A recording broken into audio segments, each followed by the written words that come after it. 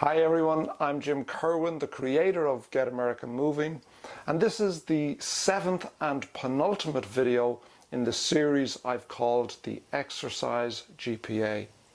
Now in the last video, you identified your intensity GPA, and to illustrate, I've put another 2.0 on my board.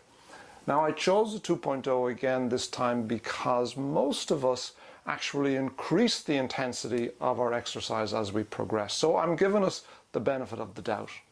In today's video, we discuss cross-training. Now in the longer term, it's not a great idea to only do one form of exercise because the repetitive use of the same muscles can lead to injury. And this is usually caused by the relative weakness in the muscles that you don't use as often. Of course, some forms of exercise are better than others. For example, swimming uses many different muscles and there's little wear and tear on your joints.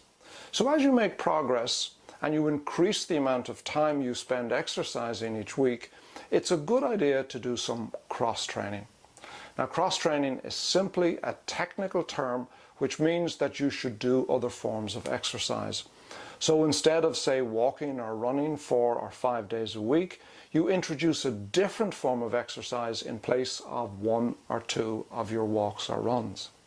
Exercise such as swimming and biking are great cross-training activities.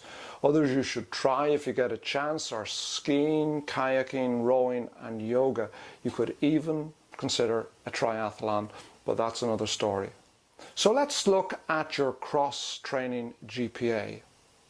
Give yourself the following GPA score. A 4.0, you cross-train twice a week for at least 30 minutes in each session, which is obviously very good. Give yourself a 3.0 if you cross-train once a week for at least 30 minutes, which is good. Give yourself a 2.0 if you cross-train occasionally, but it's not consistent. So it's not too bad.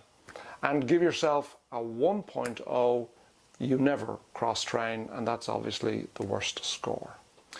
Cross-training activity will provide welcome variety in your workouts and increase the overall enjoyment of your exercise, which should be an important ongoing objective.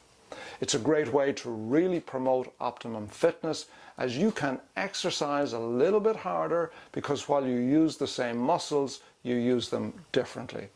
It also gives you a break, or what you might call an active rest day, and this helps you recover faster from your strength and higher intensity days. In the final video in this series, we'll pull all of this together and you'll be able to identify your overall exercise GPA as well as the score for each element. And I'll wrap up the series with some final tips on how to improve your score. So to make sure you receive this blog series, you can subscribe at getamericamoving.com/blog. So until the last video, coming shortly, remember my motto: you don't have to be fit and healthy to start, but you do have to start to be fit and healthy.